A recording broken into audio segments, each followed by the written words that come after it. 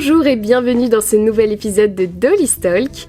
Aujourd'hui, je vous propose un épisode tout doux pour vous aider à passer un bel hiver parce qu'on le sait, ça peut être une période plus difficile à vivre que d'autres. Entre les déprimes passagères, le manque de soleil et même parfois le sentiment de solitude, c'est toujours une période un peu délicate pour beaucoup d'entre nous.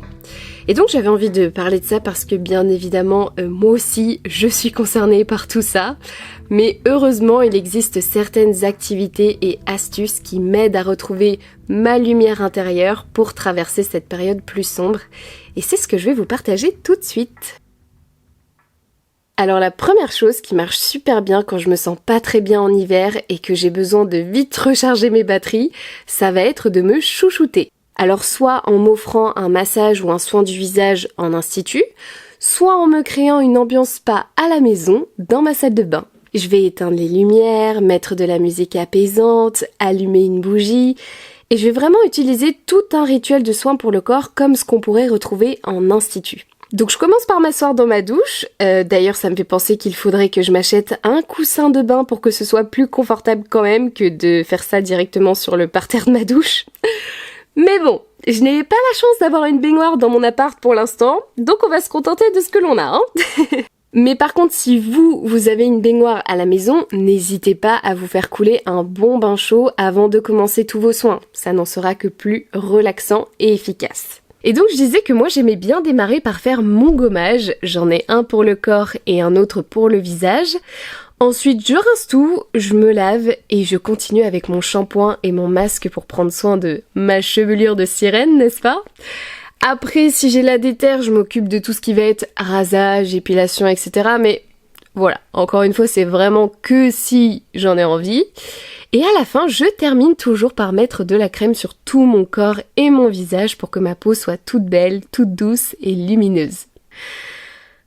Ça, je peux vous garantir que ça fait un bien fou, déjà. En fait, j'ai vraiment l'impression d'être complètement déchargée et débarrassée de toutes mes angoisses, de tout ce poids de négativité que je me traîne depuis des jours en faisant ça. Et le fait de prendre du temps pour soi, pour chouchouter ce corps qui nous aide à accomplir tant de choses dans notre quotidien, ça change vraiment tout. Et c'est peut-être assez spirituel ce que je vais vous dire, mais c'est comme si tout mon mal-être partait avec l'eau dans les canalisations quand je me lave. C'est vraiment le ressenti que j'ai quand je fais ça, et je trouve que c'est une belle manière de prendre soin de son corps autant que de son esprit. Deuxième activité dont j'ai envie de vous parler, toujours dans cette envie de se créer une atmosphère très cocooning, c'est de vous rendre tout simplement dans votre coffee shop ou dans votre salon de thé préféré. Vraiment, prenez le temps de réserver dans un endroit que vous appréciez ou dans un endroit que vous avez repéré depuis un moment mais que vous avez jamais eu le temps de tester. Vous prenez un carnet de notes, un stylo avec vous et une fois arrivé, vous passez votre commande et vous allez dessiner 2 colonnes dans ce carnet.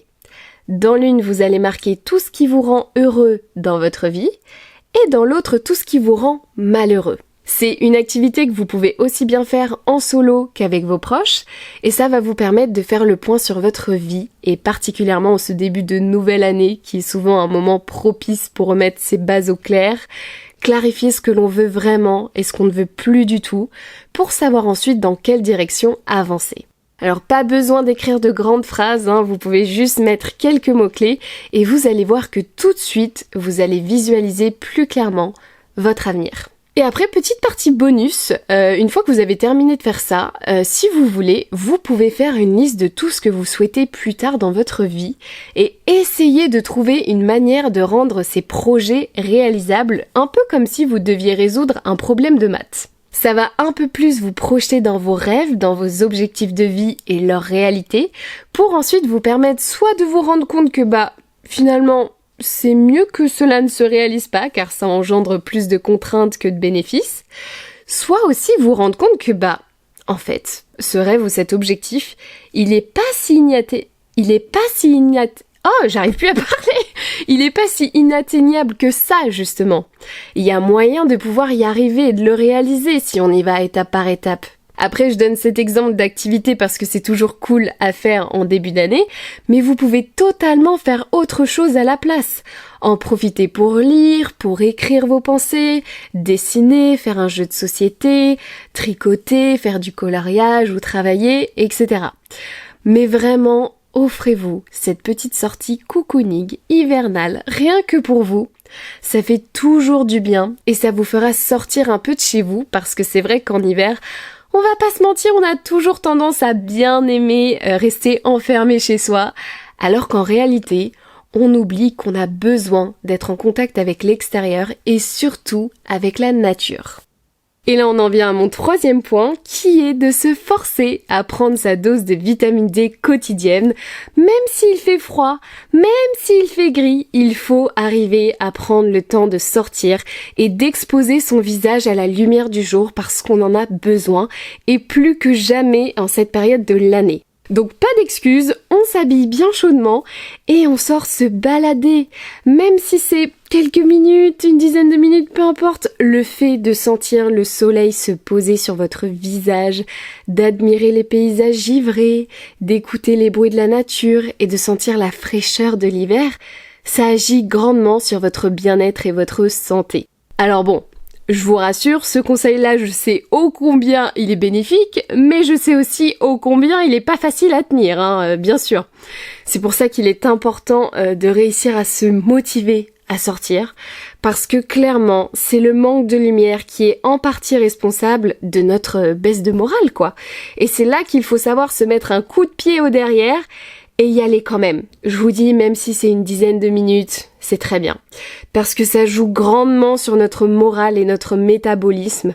Donc essayez d'aller marcher de temps en temps. Pourquoi pas d'aller courir, de faire du vélo, du skate, du roller, de la trottinette. Même une balade avec vos animaux ou bien aller faire une course à pied par exemple. Du moment que vous prenez l'air pour faire le plein de lumière et de soleil dans votre hiver. Ça fait toute la différence. Bon, après, il est vrai que quand il pleut ou qu'il y a beaucoup de vent, de grêle, etc., forcément, on préfère rester à la maison. Évidemment. Eh bien, dites-vous que quand c'est comme ça, quand vous êtes obligé de rester chez vous, c'est le moment idéal pour tester différents arts et loisirs créatifs. Ça sera ma 4e astuce que j'adore. Quand la météo n'est pas au rendez-vous, profitez-en pour pratiquer une discipline que vous n'avez jamais le temps d'essayer d'habitude. Ça peut être la peinture, ça peut être le chant, la danse, le scrapbooking, apprendre à jardiner, à coudre, à bricoler, apprendre une nouvelle langue, faire du yoga, de la méditation, apprendre à jouer d'un instrument, comment bien investir son argent, faire du montage vidéo. Peu importe, de toute façon sur YouTube vous avez accès à une mine d'or d'informations gratuites pour débuter dans quasi n'importe quel domaine. Donc profitez-en pour développer votre savoir-faire et stimuler votre créativité, surtout quand vous n'avez rien à faire chez vous et que le temps ne vous permet pas de faire grand-chose en extérieur. Ça va vous permettre de vous détendre, de ne pas trop penser à des choses négatives et surtout d'être fier de vous car vous avez appris de nouvelles choses. Mon 5e conseil très convivial, ça va être de tout simplement inviter vos proches à venir manger chez vous. Oui, vous avez bien entendu. C'est aussi simple que ça. Et pas besoin d'être un grand cuistot pour le faire. Vous pouvez faire de gros plateaux à partager si vous avez la flemme de cuisiner, ou bien choisir de faire des plats généreux que tout le monde aime et qui sont faits en un temps record. Et encore une fois, YouTube regorge de plein de chaînes de grands chefs qui vous apprennent à bien cuisiner. Donc vraiment, vous n'avez pas d'excuses. Parce qu'on a tendance à oublier qu'il n'y a rien de mieux qu'un bon repas avec les gens qu'on aime. Avec pourquoi pas à la fin un film, un jeu de société, un karaoké improvisé, un blind test ou une piste de danse de dernière minute, je sais pas. Mais vraiment, ça fait du bien à tout le monde ce genre de moment. Surtout dans cette période où on sort moins, donc n'hésitez pas, invitez vos potes, vos parents, vos collègues, invitez vos grands-parents, vos voisins.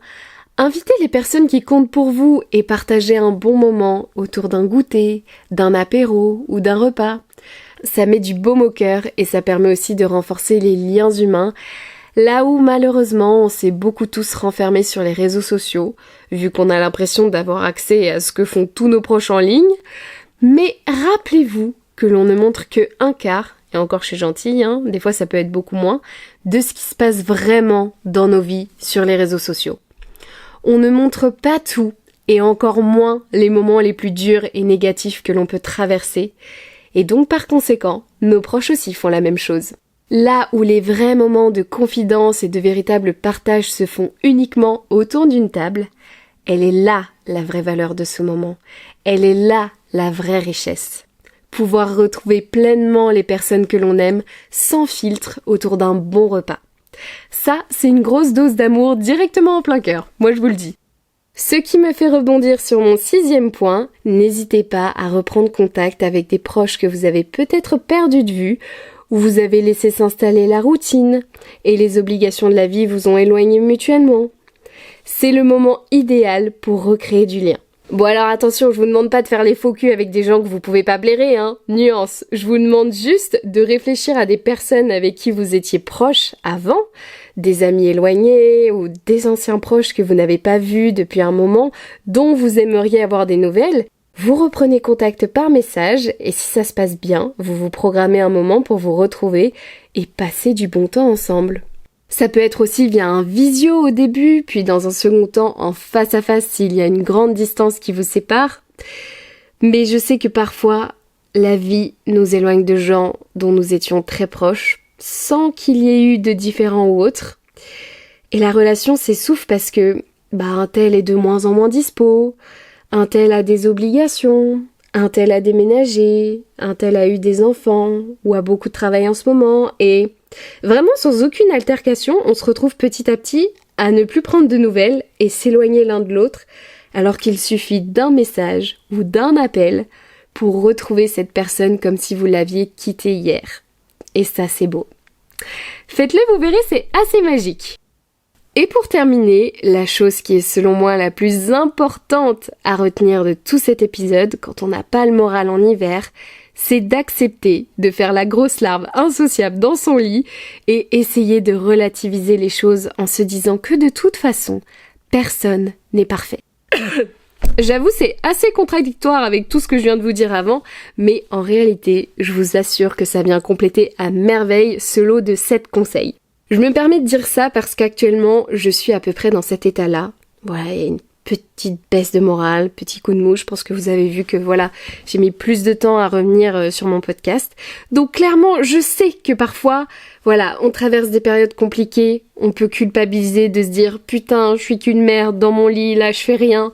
J'ai pas le moral, j'ai pas de projet, je fais que de pleurer, j'en ai marre de déprimer, de pas réussir à réaliser mes objectifs. En fait, on se met facilement la pression pour telle ou telle situation, mais on oublie que l'hiver, c'est pas une période où on est censé être très actif. Au contraire, quand on regarde la nature, les animaux hibernent, les arbres perdent leurs feuilles et retirent leurs énergies dans leurs racines, et les graines dorment sous terre.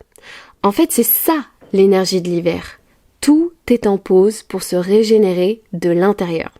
Elle se concentre au plus profond de nous, et pas vers l'action ou l'extérieur comme on pourrait le penser. Ça, c'est plutôt la vibe de l'énergie du printemps et de l'été, vous voyez ? Donc le fait de vivre en accord avec l'énergie de la saison, ça vous permet d'être en harmonie avec cette période, donc profitez-en pour rester à ne rien faire au lit, pour manger des douceurs de saison, chocolat, crêpes, galettes, gaufres. On le dit, faut faire des provisions en hiver, c'est pas pour rien. Profitez-en aussi pour faire des marathons de films et de séries, pour jouer des heures aux jeux vidéo, pour vous perdre dans vos pensées en fixant le plafond pendant des heures. Lisez des journées entières, allez chiller avec vos animaux de compagnie, profitez de la présence de vos proches pour retrouver cette chaleur humaine qui nous manque et qui nous apaise ces temps-ci. Enfin voilà, accepter le mood de l'hiver, c'est accepter un certain ralentissement.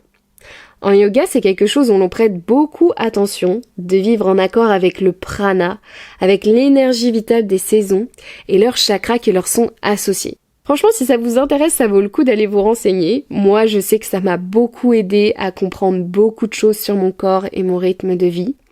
Si la nature est éteinte en hiver, ce n'est pas pour rien.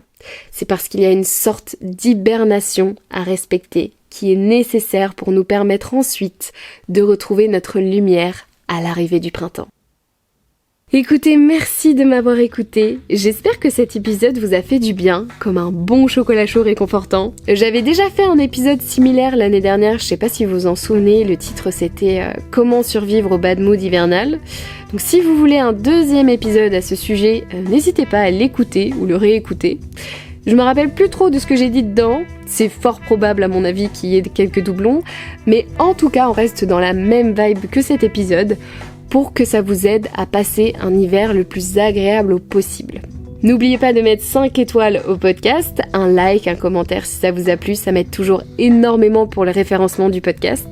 Prenez soin de vous et je vous dis à très bientôt dans un prochain épisode de Dolly Talk. Mouah, bisous!